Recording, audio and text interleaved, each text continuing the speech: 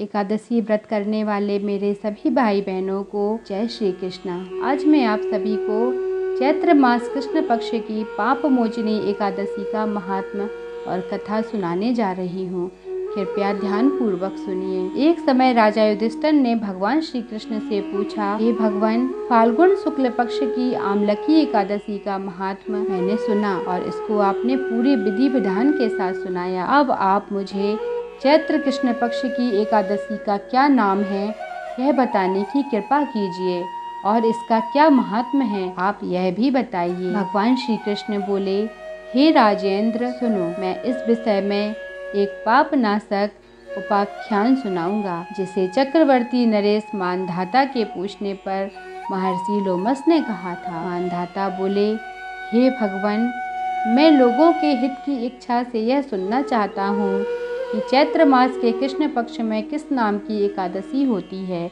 उसकी क्या विधि है तथा उससे किस फल की प्राप्ति होती है। कृपया ये सब बातें आप मुझे बताइए। लोमस ऋषि ने कहा, हे नृपश्रेष्ठ, पूर्व काल की बात है, अप्सराओं से सेवित चैत्ररथ नामक वन में, जहाँ गंधर्वों की कन्याएं अपने किंकरों के साथ बाजे बजाती हुई विहार करती हैं, मंजुघोषा नामक अप्सरा मुनिवर मेधावी को मोहित करने के लिए गई। वे महर्षि उसी वन में रहकर ब्रह्मचर्य का पालन करते थे। मंजुघोषा मुनि के भय से आश्रम से एक कोस दूर ही ठहर गई और सुंदर ढंग से वीणा बजाती हुई मधुर गीत गाने लगी। मुनि श्रेष्ठ मेधावी घूमते हुए उधर जा निकले और उस सुंदर अप्सरा को इस प्रकार गान करते देखकर सेना सहित कामदेव से परास्त होकर बरबस मोह के वशीभूत हो गए।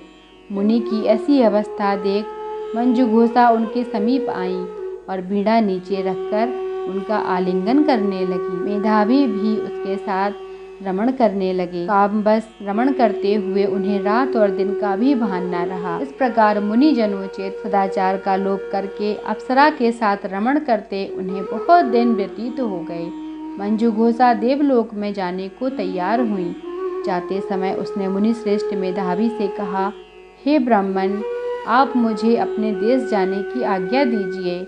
मेधावी बोले, हे देवी, जब तक सवेरे की संध्या न हो जाए तब तक मेरे ही पास ठहरो। अप्सरा ने कहा, हे विप्रवर, अब तक न जाने कितनी संध्या चली गई हैं, मुझ पर कृपा करके बीते हुए समय का विचार तो कीजिए। लोमस जी ने कहा, हे राजन, अप्सरा की बात सुनकर मेधावी के नेत्र आश्चर्य से चकित हो उठे।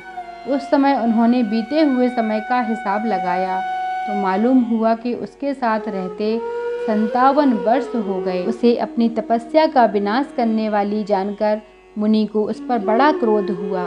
उन्होंने उसको श्राप देते हुए कहा, हे पापिनी, तू पिशाचिनी हो जा। मुनि के शाप से दग्ध होकर वह विनय से नतमस्तक होकर बोली, हे विप्रवर, मेरे शाप का उद्धार कीजिए। 7 वाक्य बोलने या 7 पद साथ साथ चलने मात्र से ही सत्पुरुषों के साथ मैत्री हो जाती है। हे ब्राह्मण, मैंने तो आपके साथ अनेक वर्ष व्यतीत किए हैं, अतः हे स्वामिन, मुझ पर आप कृपा कीजिए। मुनि बोले, हे भद्रे, मेरी बात सुनो। मेरी यह बात शाप से उद्धार करने वाली है। क्या करूं? तुमने मेरी बहुत बड़ी तपस्या नष्ट कर डाली है। चैत्र कृष्ण पक्ष में जो शुभ एकादशी आती है उसका नाम है पाप मोचनी एकादशी। वह सब पापों का क्षय करने वाली है। हे सुंदरी, उसी का व्रत करने पर तुम्हारी पिशाचिता दूर होगी। ऐसा कहकर मेधावी अपने पिता मुनिवर चैवन के आश्रम पर चले गए। उन्हें आया देखकर चैवन ने पूछा, बेटा, यह क्या किया? तुमने तो अपने पुण्य का नाश कर डाला। मेधावी बोले, पिताजी, मैंने अप्सरा के साथ रमण करने का पातक किया है। ऐसा कोई प्रायश्चित बतलाइए आप मुझे जिससे मेरे पाप का नाश हो जाए। चैवन ने कहा, बेटा, चैत्र कृष्ण पक्ष में जो पाप मोचनी एकादशी होती है उसका व्रत करने पर पाप राशि का विनाश हो जाएगा। पिता का यह कथन सुनकर मेधावी ने उस व्रत का अनुष्ठान किया। इससे उनका पाप नष्ट हो गया और वे पुनः तपस्या से परिपूर्ण हो गए। इसी प्रकार मंजुघोषा ने भी इस उत्तम व्रत का पालन किया।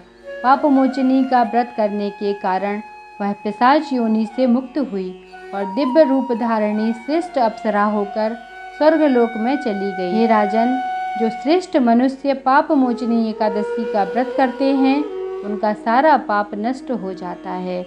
इसको पढ़ने और सुनने से सहस्त्र गोदान का फल मिलता है। ब्रह्म हत्या, स्वर्ण की चोरी, सुरापान और गुरु पत्नी गमन करने वाले महापातकी भी इस व्रत के करने से पाप मुक्त हो जाते हैं।